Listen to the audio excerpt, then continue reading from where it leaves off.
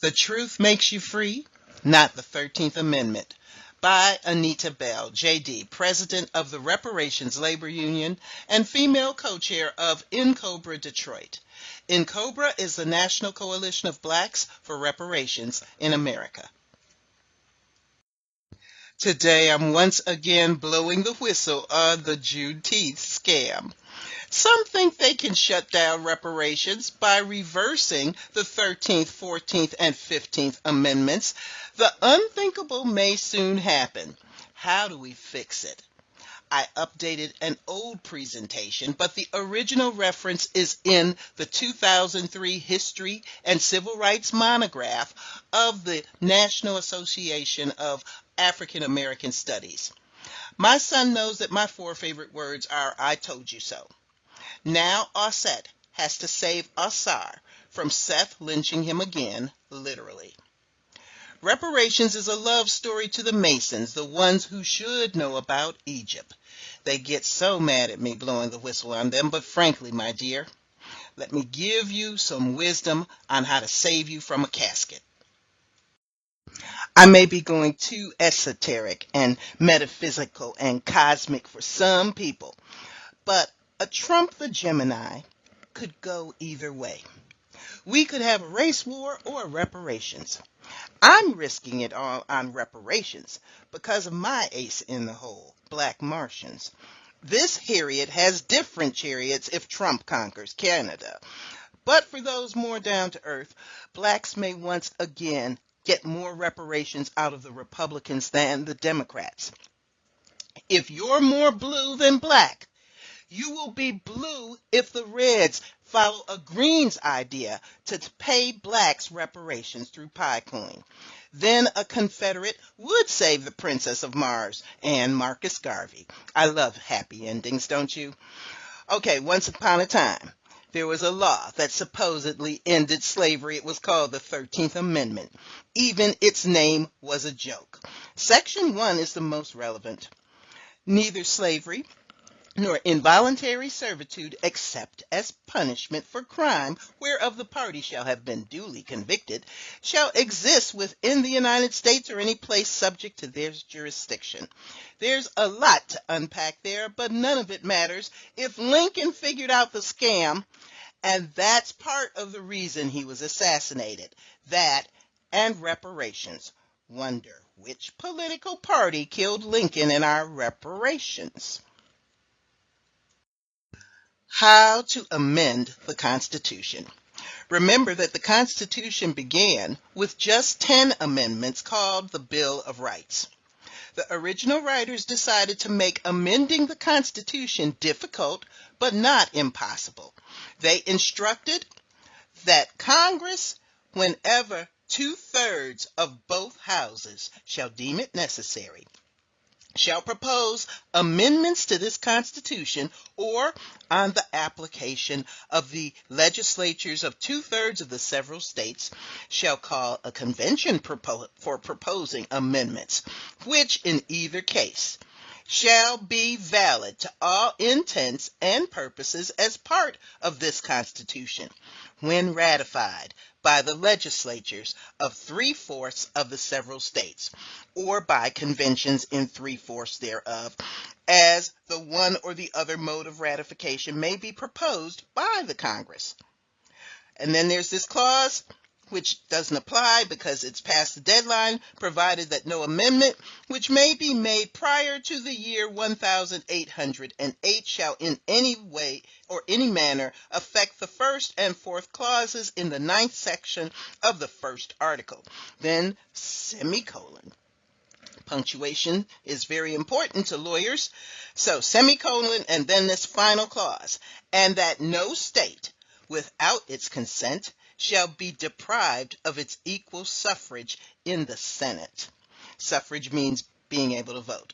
So, that is how you amend the Constitution. That is where the problems came in.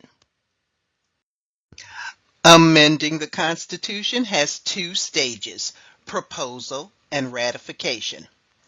Ratification has been a hot mess for almost a century because the U.S. Supreme Court ruled that they can't rule on problems in the ratification stage. That's what injusticiable means. They can't rule on it. Maybe the Supreme Court will change its decision to decide when an amendment is ratified because too many states have taken back their previous ratifications whenever new state legislators are elected.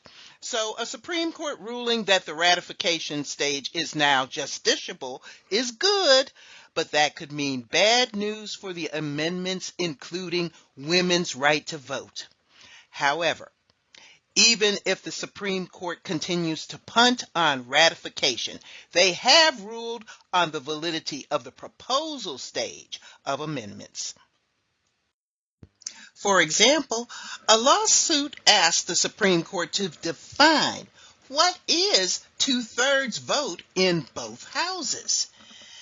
And in Rhode Island v. Palmer, which is a case where the Supreme Court decided that two-thirds in each house, which is required in proposing an amendment, is a vote of two-thirds of the members present, assuming the presence of a quorum, and not a vote of two-thirds of the entire membership present and absent.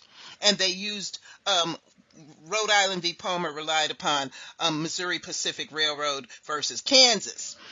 And the reason these cases are important is that they define the number of people who form the two-thirds.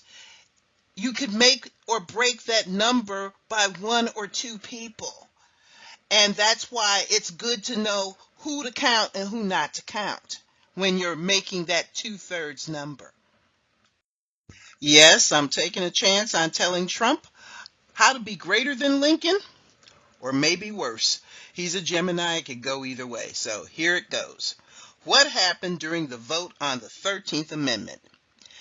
Who was there and who was not there? Who was there but they were abstaining? On January 31st, 1865, the vote for the proposed 13th Amendment was in the House of Representatives. 119 voted in favor, 56 opposed, 8 were non-voting. Now, of that 8, only 2 had excused absences. Were the remaining 6 people present but abstaining? The reason that's important will become apparent when you see what happens when you add those 6 people there because they were there. They were just abstaining, but they're they were present. That is crucial in the 13th Amendment. This is not revising history. This is according to the congressional record for January 31st, 1865. Go check it out because I looked upon it personally at the Detroit Public Library in its archives section. And it said that the number of people present should have, it only told you about 2 absences. And yet 6 people did not vote. If they were present there, then the numbers for the denominator become 119 plus 56 plus 6. You can't leave out them 6 since they were present. And when you put the 181, 2/3 of 181 is 121. If only 119 congressmen voted in favor of the proposed amendment and the number had to be 121, then that meant that the proposed 13th Amendment was 2 votes short from reaching 2/3 of the vote of the House of Representatives on January 31st, 1865. If everything old is new again, what happens next? Slavery becomes a state's right. We go back to state law. However, the amendment has no time limit. Why not just have Congress and the state legislatures vote again? Check to see if your state is among the 26 states that have not outlawed slavery in their state constitutions. But don't start packing for the Underground Railroad yet. It ain't over until the fat lady sings. This fat lady has already put a black genocide lawsuit in the United Nations. All it needs is a sponsor. So my first song is, Oh, Canada, because slavery can also be genocide.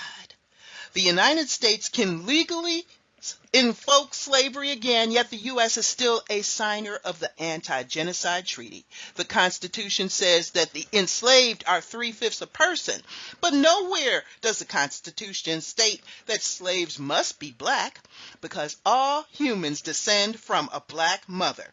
If slavery is based on partus sequitur ventrum, that which comes from the womb follows the womb, a Greek law created when Alexander invaded Egypt, then those continuing the Greco-Roman law to enslave only blacks would be committing genocide and matricide this Women's History Month. I give the Republicans the choice of choosing reparations instead of slavery and genocide. Don't make Osset sing for Heru Deshore or the Black Martians. Swing low.